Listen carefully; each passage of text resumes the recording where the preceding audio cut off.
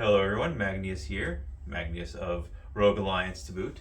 Today we have an exciting product to talk about, and this is the Hasbro Proton Pack from the Ghostbusters Afterlife movie.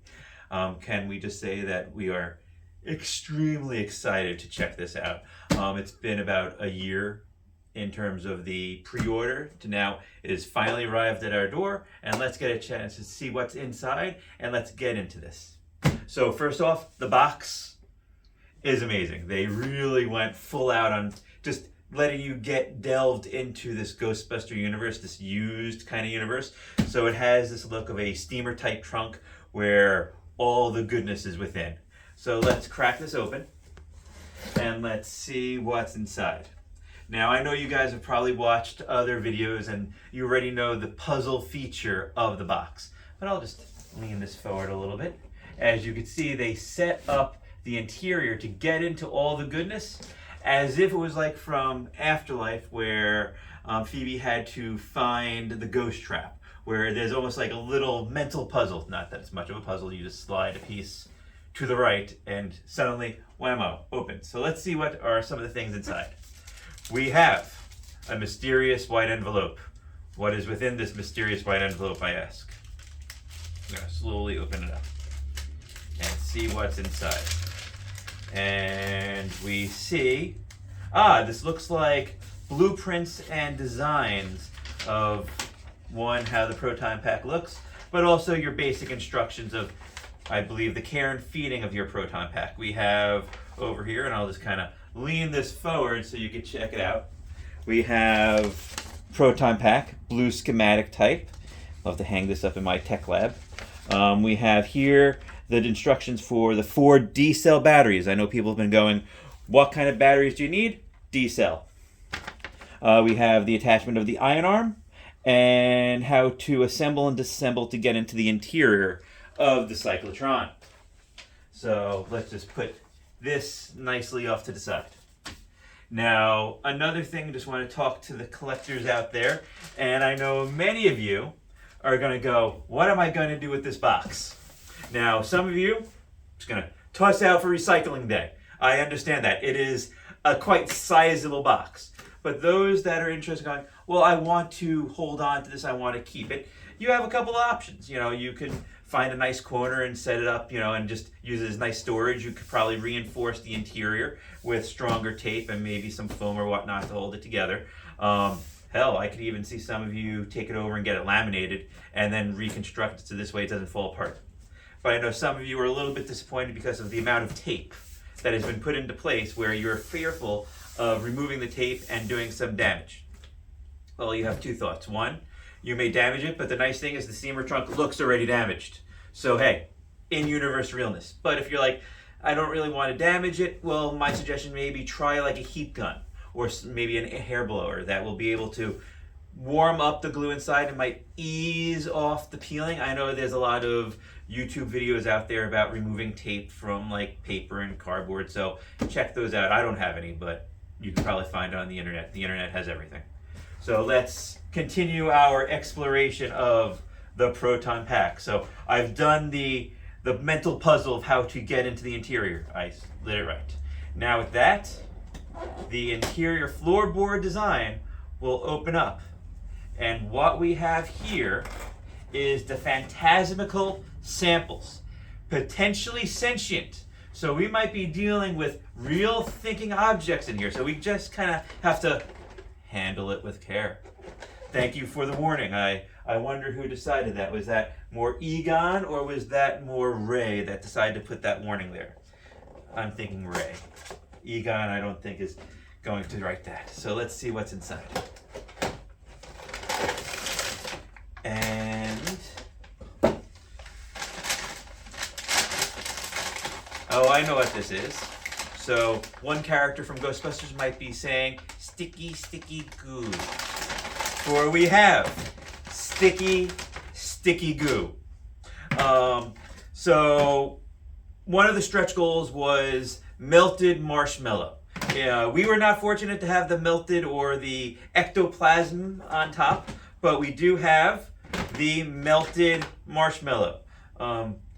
I'm thinking what one could do with this besides hanging it from your Proton pack. Maybe you're wearing it like a pauldron for a costume, very, like Iberian era maybe. But no, what you're able to do is they have nice little hooks. You hook it right onto your Proton pack and give that effect.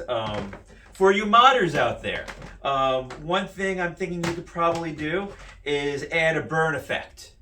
You could probably do some browns and blacks and maybe little oranges along the edges and kind of break up the stark, vast whiteness of it. Because in the end, it's just very, very white and even though it has like the melted look, it's not very detailed beyond that. So for some of you that want to break up just sticking on like this white stuff on top of your Proton pack, maybe do some detailing with browns and blacks and oranges just to kind of give an additional effect, to kind of have that look of like, okay, this was the marshmallow that was toasted off of Mr. Stay Puft.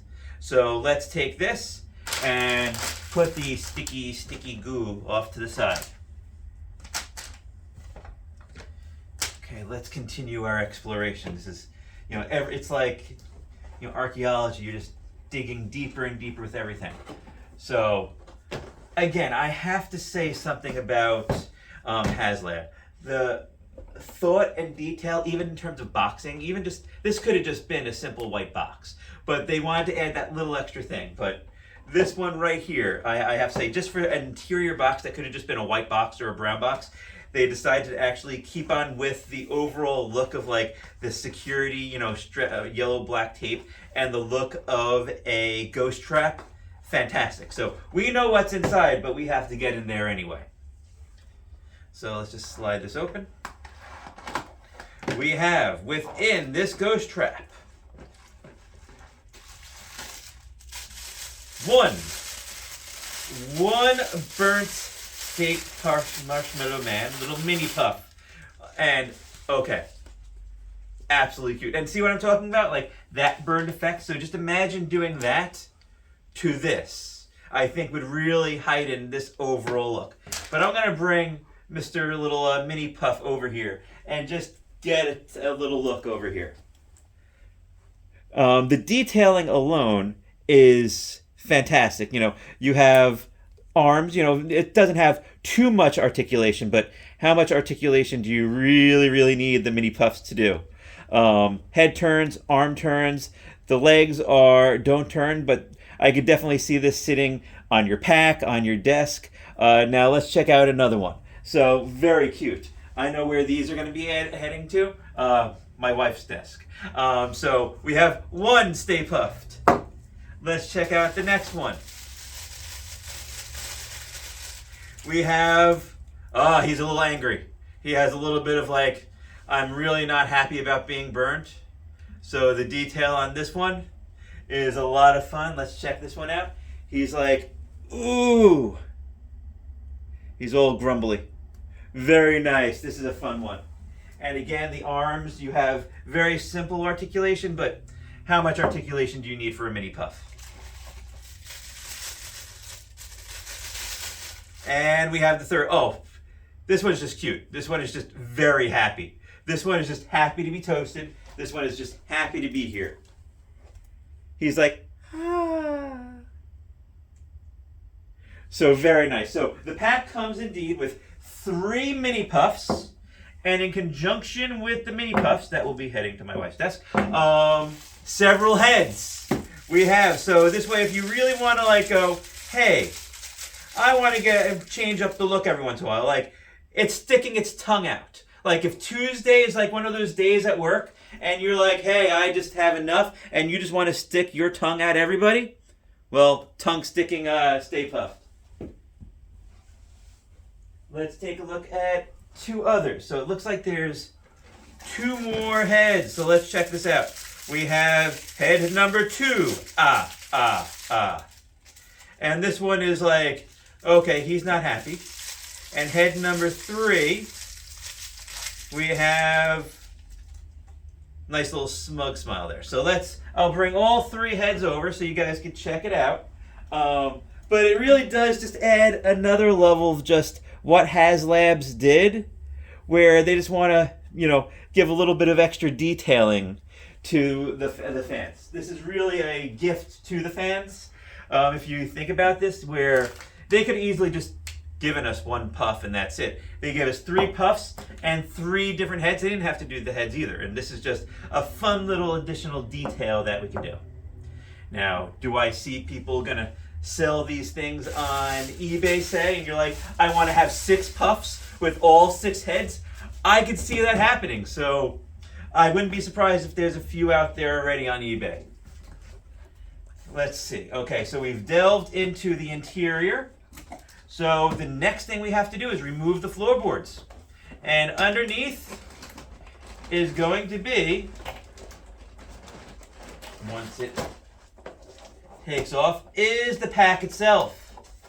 So I'm going to just put the floorboards right over here. Now let's see, there's a couple of boxes. Okay, so when you open your box, there's just some spacing boxes. So there's a box here, has a little circle in the end, box here, nothing in it. Good for you if you have a hamster or a rabbit or some other animal you want to make a little toy for. Brilliant for that. So we have a rabbit, so we're just going to put that over the side because I'm sure D-Lit will want to play with it soon enough. So the interior packaging, the Proton pack is inside, covered in nice paper. So let's open it up and check out what's inside.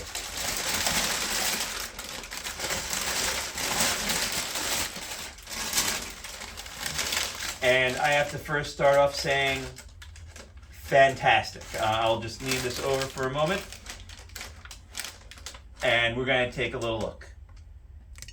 So just taking a moment to look inside what you're seeing as we opened up the box. So nicely wrapped. It had some cardboard that gave it structure. This way it's not bumping around inside. So the next time you see it, it'll be out of the box. Okay, so we moved some of the boxes away, and again, here we all know inside here is going to be the mounting rack, which was another one of those stretchable items where there'll be a rack that it could sit on, a nice display. Again, just simple detailing on even the bottom of this brown box that no one's going to see has the Stan Spengler nuclear accelerator storage stand. So even just having a little, again, in-universe little nod to Spengler and Stance. So inside is going to be, okay, let's take a little look at what's inside here first off. So I'm going to get my scissors. Have your scissors with you when you start going into this pack, because there's going to be little things that you have to trim that you would rather not cut into. So in here is going to be the sticker and detailing the materials. So as we know, this pack is from the 2021 Ghostbuster movie, Afterlife. I believe it's 2021, but pandemic has thrown my time scales off. But yes, this is from the Afterlife film. But you are able to do an exterior alteration to have it match up to the 1980s movies. And the way you're able to do that, they have a sticker set that will update your stickers to the older version, which is, funny that the nice older version is nice and clean, so we could be able to put these off to the side. I have some uses for this. We'll talk about what's behind me later on, but these might get some use, not on the Afterlife pack, but maybe on some of the packs behind me. We have the Spengler Journal. Okay, this is really cool. I saw people talking about it, but I haven't had a chance to really look into it. So this has a lot of different things. It has some drawings, some details. And again, it looks like this was a leather-bound book that was found sitting over the side of his table.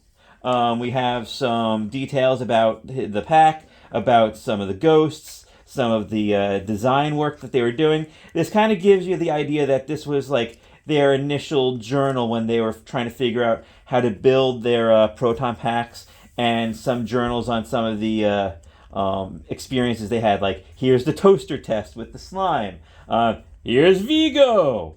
Details like that, where it looks like this was like a book with like some photos that they had from their time in Ghostbusters, and it kind of shows his overall design work when he was trying to capture Gozer in just before the Afterlife movie. So we have a lot of fun details. I'm going to look forward to reading through this. So I'm going to put this off to the side. And then for others, we have a whole bunch of stickers, a whole bunch of sticker sets. One set has, the next generation of Ghostbusters. And this other, the first one, very 1980s retro neon vibe, which is really cool. It definitely looks like something that, Gozer looks like something that I could see like on the side of someone's van, with like a lot of smoke coming out of it and some Metallica and Iron Maiden coming off. Maybe even like a space wizard that's riding a unicorn. So very cool. And the next thing we're going to look at is the stand itself. The stand, I heard, is going to be interesting to put together, but they said once it's put together, it's not going anywhere. So let's just take a look over here. We have one piece of the stand. Oh, and that's neat. It has an emblazed Ghostbuster symbol. Now, I know people that were like, hey, I want to start modding some stuff, but, I don't have enough time to do my pack yet. What am I going to do now? I've been seeing a lot of people actually modding their stands, which is kind of neat. They've been painting them with various different details, different colors, even some lighting and smoke effects. So, you dream it, you do it. It's really cool. There's a lot of adaptability in this. And the other box, which we'll look into a little bit after that, is, I believe, the hose and the mounting gear. So I'm going to throw this to the side, and then let's get into these two pieces. And I know you guys are all going, oh, the pack's right there. I know, I've been kind of itching to touch it also, but you know what? Bit by bit, we'll get to the pack in a moment. So we're going to put the hose connections over here, and let's take a look at this erector set of a rack. Let's see. This is where we might actually have to look at directions. I know some of us are just like, nah, let's just go through it and figure it out. Other times it's like, yes, it would be good to have some directions. So let's take a moment and, okay, I think I see where this is going. So we might just take a moment and take a look at it. Okay, that was a thing. So I cheated. I had to look at the directions to see how it did. The directions don't say much. They show arrows that go this way. So let's just talk about this briefly. This side, you just shove it on. You have a tab and a hole, and you just shove it as hard as you can. It's going to make a sound like you just thought you broke it. You didn't. But it sounds like you did, because it was a noise. So it's a nice clack noise. It's on. This is not going anywhere. You're not taking this thing apart. So if you're intending to ever move, well, understand it's moving like this. Which, you know what? I prefer. Not because, I'm planning on moving anything. It's because it's solid. This is a solid piece of plastic. It's not going anywhere. And when you're going to be holding this proton pack on this, yeah, you'll want your stand to have some weight, some durability, just to be able to take the weight of the pack. So very simple. One side attaches to the other. Snap, snap. The top side, so the thing that it sits on, you're going to make sure the clips or the ridge or the ledge that the proton pack is going to be on is going to be facing, if you're here, facing you. But yeah, some of the fun things I've seen, people gave this an overall rust color. They kind of rusted this up to match the pack a little bit. Some I saw painted it with a white detail and kind of highlighted the ghost. Others have done black with the security yellow lines on it. The wonderful thing about this type of item, this kind of prop, this kind of toy, is that there's so much you could do with it. It really is let your imagination fly on this. So let's just now get to the pack and the other box. So I'm going to say this has a little weight to this. For any of you out there that are used to things like the Spirit Halloween pack, yeah, this has a little bit more weight, which, perfect. It definitely has a good weight on it. It doesn't feel like it's going to break. It doesn't feel like it's going to fall apart. So when I look at a good prop, I'm looking for something that, you know what, is going to withstand either a convention, because I'll let the secret out. Yes, I dress up as a Ghostbuster and go to conventions from time to time. Dress up as a Jedi, as if you've watched any of the videos that I have on my channel, you know I do that a lot.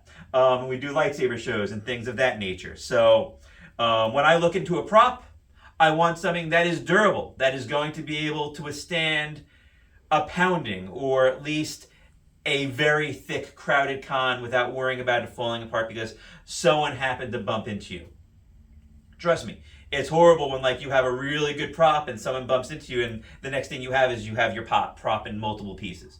So this alone definitely feels like it's going to be able to withstand anything that you throw at it. So we're going to put this off to the side for a moment, and let's take a look at the other brown box. Now in this, I believe has the tube connection as well as the mounting frames. Now we'll talk about mounting it later on. My Alice frame is down there, so we'll walk through the mounting process as well. But let's get into the box over here. So first, right off, we have the hose. Now this was, I know, another stretch goal, that there was going to be a hose that I think that was the first stretch goal, you'll be able to get the hose with it. Now, I'm going to just put this over side for a moment.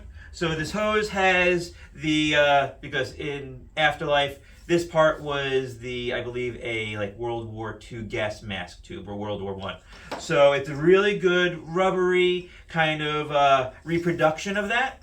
I know some people have actually opened this up and actually put on a real period authentic gas mask tubing. So, but it has a good like rubber overall vibe, has a good texture to it. So right now I see no reason that I'm going to actually do any kind of replacing of that for the time being. We have the tubing. So the tubing has what looks like, okay, so it looks like someone used electrical tape, but it's just like a rubber kind of thing, but has a good imitation of the electrical tape. And okay, so this is what we were excited about. When we bought the neutrino wand years ago, there was no thought about the backpack. You know, they had a neutrino wand. I have a Spirit Hollywood pack that I modified. Great, perfect. I don't need anything else. But then this baby came out, and it's like, okay, well now I have the neutrino wand. How is it going to connect, and how is the battery usage going to be? So the neat thing they did is they created it so that this could plug and insert right into the neutrino wand and run everything off of the in-unit battery supply. So that's very exciting on that regard. So we have this. We're going to attach that later on. I'm going to just put this off to the side. Another thing they have, okay, the orange tip. I know all of you have been talking about the orange tip, because we do not want to confuse the neutrino wand as an aggressive weapon to fight ghosts in the real world. So how do we know this? Orange tip. So, do you know what? Depending on the rules you can. Now I have the Mark I version of the neutrino wand. So this does not have a orange tip. This does not have a tip at all. It has your regular silver tip. So what they're saying is this slides it in, and now I'm safe. Now people will know that this is not a real neutrino wand for an unauthorized particle accelerator, which is good to know, because you do not want either the Environmental Protection Agency or the Nuclear Authority coming over to your door going, hey, we saw you at a convention the other day, and we saw your unlicensed regulation there. So thank you very much, Hasbro, for this safety tip. You know, if Egon was here, we'd be like, thanks, Egon, for the safety tip. Thanks, Egon. So we're going to put that back. And I'll put the safety tip right with my neutrino wand, so this way I'll never forget it when I go Ghostbusting. So orange tip over there. I know some people are going, well, it's great because I got the second edition. Now we have another neutrino wand as well, which has the built-in orange tip. Because we both go Ghostbustering. So I saw a lot of people going, I don't like the orange tip on my wand. So they've been silvering out the orange. But they're like, this way, we can have the full silver tip, even if it was an orange tip. painted silver, and then we could slide this on over it. So this way, at home when you're displaying it, you don't have this piece of orange sticking out, and then you could, when you're going out and playing, you got the other. So we have, I have to say, they really made sure nothing is moving on. Everything is like secured and taped down. Okay, so these are not Jelly Babies. Even though it's a good bag for Jelly Babies, these are the mounting rocks. So we're gonna put this over here because when we mount the pack to the frame, we're gonna need to be able to do that. Now here is the iron arm. So I'm gonna just cut it because I'm tired of fighting with the tape. There we go. Let's just take a look at the ion arm. They really don't want things to do. Okay, so ion arm here, really nice. The tubing really looks good. It has already the weathering is in there. I have to say the weathering is nice. I know some people wanted to add a little bit more weathering. Hey, this thing, can really go for some additional weathering if you want. So with this, let's see. Line it up there. Okay, so you line it up with a couple of pegs, and then it just slides in. I know some of you might be concerned about, now that it's in there, if you're a con, it might get pulled off and get snagged. It's kind of on there. I mean, can you pry it off? You could. Maybe for those that are truly worried, you put a little dab of like a Zap-A-Gap, E340 or something like that, and just Gorilla Glue, something just to give you a little extra peace of mind. But just seeing how it's sitting on there, I don't really think it's going to go anyplace. So before we also get started, let's just put the batteries in so we can start into the playing of this. So the batteries are going to be located on the back passage over here. You unscrew them and insert them in. As I said, there are 4 D cells. So we'll take a look. So we got the batteries in. A little side note, it's going to make a little bit of a rumble sound from what I heard and what I just saw there. That just tells you the batteries are in and you're ready to go. So let's just take a little look. We're just going to first just look at the pack and look at some of the detailing. So just doing a cursory look, everything looks worn. Everything looks like it's been through a bunch of battles with ghosts. It has a lot of scrapes, it has a lot of dings, and from the word of it, they were able to get a 3D scan of the packs they used in the movies, so you're really looking at a good one-to-one replica. I know some of you guys are thinking about doing some alterations, like, yes, the flex tubing is not exactly correct, but you could get you could just detach it and just slide in new flex tubing. So that's not bad. I don't mind it. I don't mind the flex tubing. It has a good solid feel to it. It's it looks worn. It's not a fake tubing. It's not like, oh, we're just using some kind of cotton material to make it look like the tubing. So I don't mind that. The ribbon is really, really worn. It looks like it's really, really dirty. Now, some of you are going, oh well, it doesn't fully look like the color scheme on those 2 things from the pack in the movie. But you know what? I'm not doing Phoebe as a costume. I'm not doing Egon as a costume. So I don't mind for my own character that I'm running around in that my pack is beaten, abused, and is not exactly 100% movie accurate. But you can if you want. So we take a look, we have the different tubings and different cables. They made sure it looked like electrical tape was used to hold things together, which I really appreciate. And them using more like a rubber instead of just electrical tapes. This way, eventually tape wears down, it gets gunky, it leaves a residue. So they really did well to mold these pieces on so they're not going anywhere. So just taking a look.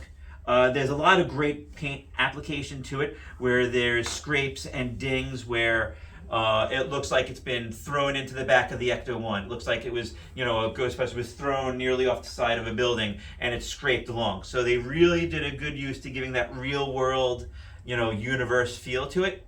We'll talk about a couple of details. The crank knob does turn. This is your volume control. This is what will be able to control the amount of sound that your pack is going to make. depending on how loud you want to be and depending on the situation you're in. You might like it quieter, you might like it louder. So that gives you that option. The stickers and detailing here, the stickers are really nice.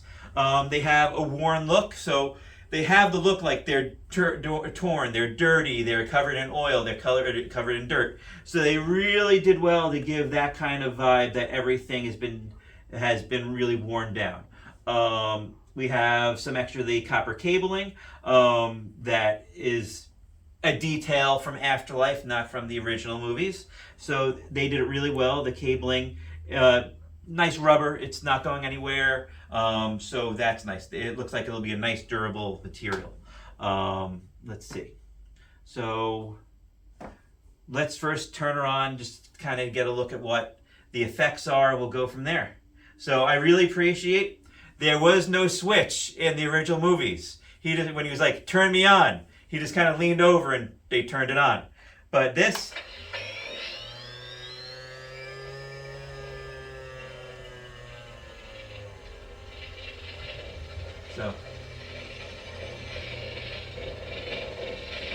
So just take a moment to appreciate. I do like the setting for the Afterlife. I like how it has a very erratic, kind of like overpowered look where the Cyclotron is just kind of going at a breakneck speed. The one thing that I will say that the other reviewers are talking about, the mooing. Yes, the mooing.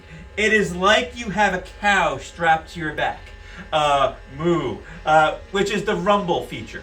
For me, even though it would be nice, like hour 6 in a convention to get a nice ongoing back rub, I think I'm not gonna have the rumble feature on for here. It's just an additional noise that I don't need. The massage is nice, the noise not as much, especially over the standard con sounds. The nice thing also with the sound on this is that you could raise the volume, and the volume's okay, you know, like it's pretty decent in the volume, but I know that there's a lot of people talking about volume mods. So we're gonna just turn this off because the cow is angry.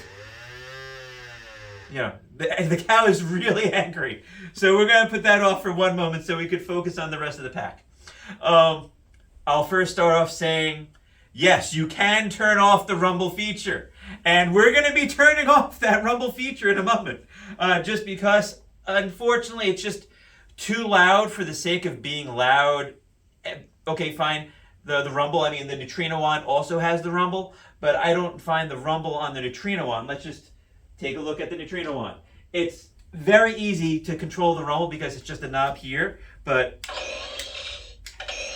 so you can control the rumble with this knob over here. Yes, it's not increased, but you can control a level of the rumble with the with that feature on that knob. So that's not bad though. But in the end, you know, the rumble is not overly needed. But this is now mild rumble. It's not too much of a problem. But you know, you could increase the rumble, increase the sound, increase the intensity. So the fact that you can control the rumble easily here, I like. Okay, there you have to get into the actual cyclotron to do that. So let's get right into this. But once again, I just have to look and appreciate. I'm going to actually turn around over here because I want to actually see what you guys are seeing. And I just have to say, that is just a brilliant looking prop. That is just an overall wonderful looking prop here. The detail alone is fantastic. So let's get right into the cyclotron and see about getting rid of that. So the first thing you want to do is unscrew this part. Now for you modders out there, people have already started making metal versions of these. So if you just want that little extra in-universe metal vibe, go for it. But you know what? This feels good. This feels really nice. Like, you know, I don't think I would need to like go metal on this, but it has a really good look, a really good shape to it. It again has that worn down feel. It's all kind of dented, craggy, and just kind of smudged. So we're going to put the retention screw there. And then in order to get to the neutrino one, to the cyclotron, we just slide off this bracket. This comes off. And that leaves inside the cyclotron. And let's just take a moment to look at that. Okay, again, no one in the world is going to be seeing this except for you when you're home. But the fact that they actually put on full detail to this cyclotron is phenomenal. So we have the cyclotron here. This can be unscrewed. And the cyclotron could come off. And if you look inside, you can see circuitry going on, some wiring, some cable.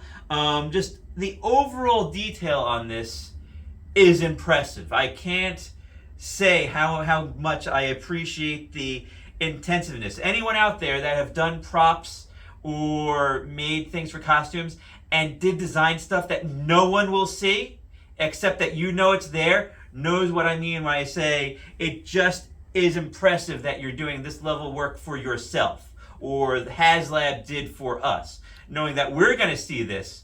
No one else at a convention is. But we know that we could look inside and we could see this level of intricate details. So there are two toggles inside. One changes the sound from 84 and Afterlife, and the other turns on and off the rumble. So what we're going to do, I'm going to just flip both down. We're going to put the cyclotron back in, screw it up, and then we will see what effect did we get. So right now we don't know if we know we turn off the rumble, and we know we've now switched to 84. We just don't know which switch does what. So right now we have that lined in. We have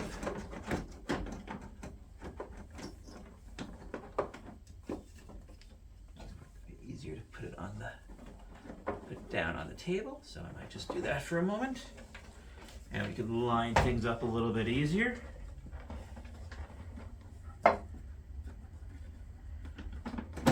Okay, so you kind of just slides in. You kind of feel that it's right when it goes in. I'm going to screw the framework back in. Let's get it back on the overall stand. And let's see what the 84 sound is, along with no rumble. So let's give this a try. So here we have no rumble, so it's nice and silent. And you can see in this, it has the chase lights of the cyclotron in the much slower pattern, which depends on what you're looking for in terms of how you want the design. But first off, the lighting effect is phenomenal. It is really nice. The lighting is bright. It's going to give you many hours of enjoyment of it being on. I know some people are not as pleased that you could see the three interior lights. There are a couple of easy fixes. You could go in and you could just get parchment paper and just fold over parchment paper, and you'll be able to just cover it over the lenses, and that takes care of any of that. I know modders are already replacing the lens here and putting on a slightly different lens, one that's like the pack over there, which is a little clearer, less translucent. Again, really what you feel like that you want for your pack and how you want it to look. But overall, it is phenomenal in terms of the look of the lighting effects that come with this. So I'm actually partial towards 84. So I'm going to turn it off for a second.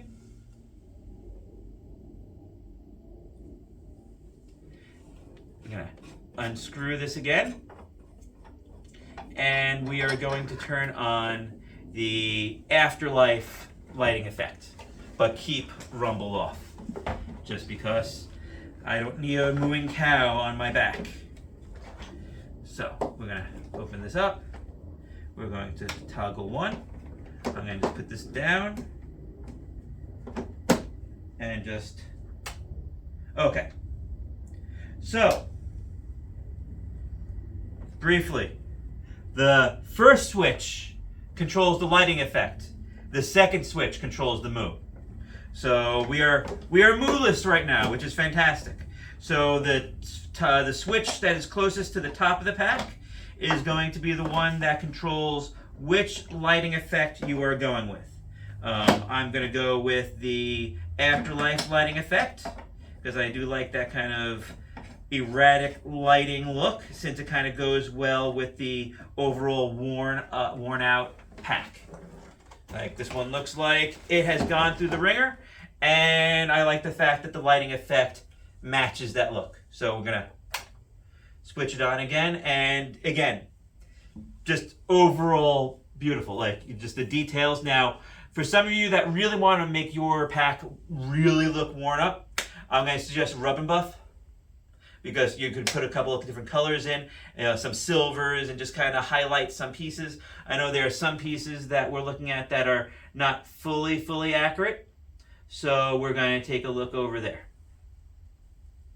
So, let's take another look over there. So, questions on that? No? Okay. So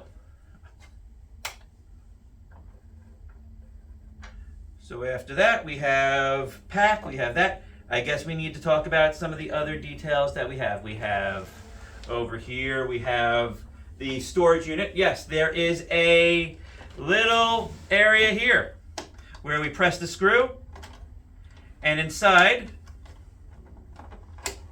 is an empty storage compartment. Your convention, hold your wallet, hold stuff, hold the Stay Puft. You could hold a Twinkie, many Twinkies. That is a nice little detail. Thank you very much. And it shows that Haslab is really thinking about us modders, where they're like, I know a lot of people are going, where am I putting my smoker? Smoker set could go right in there, where it could come out of the top tubing here. So I have to say, really nice there. And the last piece that we're going to take a look at is the Neutrino Wand hose. The Neutrino Wand hose, I'm going to slide this over a little bit.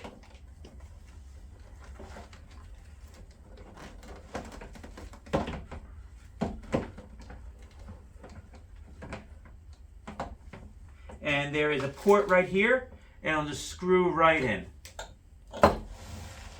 And there's a port right here, we're going to screw it right in. So we'll and hello, now we have the Neutrino Wand connected in. Over here, the tube was just an easy, there's a little tab, you make sure that you line it up, slide it in, screw in, and it's in position. Then you simply insert the power rod into the Neutrino Wand. It screws in as well.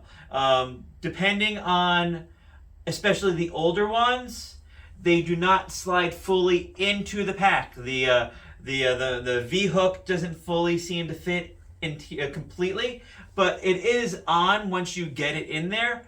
Most likely I'm going to open it up and I'm just going to put a different V-hook in just to make sure it doesn't fall off.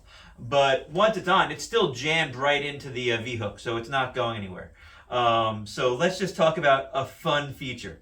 The Neutrino Wand is hooked in. With a flick of the switch on my Neutrino Wand, it'll turn on the pack, which is just a fantastic feature that you don't have to constantly. I know there is a PowerPoint where it's like you're going to have someone flick the switch for you from time to time, but I do like the idea that you take out your wand, you flick the switch under that time window, and you're able to turn on the pack. So overall, I'm going to close this here with just comparing against the Spirit Halloween size. So the Spirit Halloween pack, which I modded a little while ago, you could see, so with this I simply did a swap out of the cable, of the lighting effects. I used Frankengeek. Frankengeek is phenomenal for any of your like Spirit Halloween mods. But there I just swapped out the Cyclotron lights, the power control lights. I added some details, like I took astromech restraining bolts from Star Wars, and I attached them to the pack just to add a little bit, some extra wiring, a few extra pieces here or there, just to give that in-universe vibe. But just standing it next to the larger size and the smaller size, I do like the Spirit Halloween pack. It is really great. I mean, the detail they worked. Yes, I added on an ion arm. The detail they did on this pack, phenomenal. But I look over at its big brother, and the big brother also blows me away. Both packs, honestly, when I go to a convention, I will personally still have trouble deciding which pack I'm going to wear, and I think it's going to really be how crowded is that con. Like, this might be my New York Comic-Con pack, just to be able to get through like the 180,000 people that are there. And then this might be a slightly smaller con or a special event that I would take this one out. But so I'm thinking this one because I could really continue gutting it out and doing some fun projects with this one. I added on to Alice Frame as well. We'll talk Alice Frames another time. They made it so easy. You line up the frame, there's screws on the back, and you just screw it up the spine. You're good to go. So in the end, I have to say, phenomenal work. The upcoming mods I'm going to do is it runs off of 4 D-cell batteries. I think I'm going to go in there and I'm going to swap it out for a rechargeable power block. You need, I believe, a 5-watt one. I just think it's just going to be easier than getting D-cell batteries every so many months to keep this bad boy powered. And at a convention, instead of carrying around D-cells, you just carry a couple of power blocks. And I'm going to do like a power test to see how long this will run. But I think you could probably do a full convention either on the 4Ds or the power cell. But I like the idea of just swapping out the power cell if needed. So again, let's just take one last look at that. That it just is phenomenal. So I'm going to leave you with that. This is an amazing prop, amazing toy. Haslab outdid themselves on this one. So next time, see you around. And we're ready to believe you.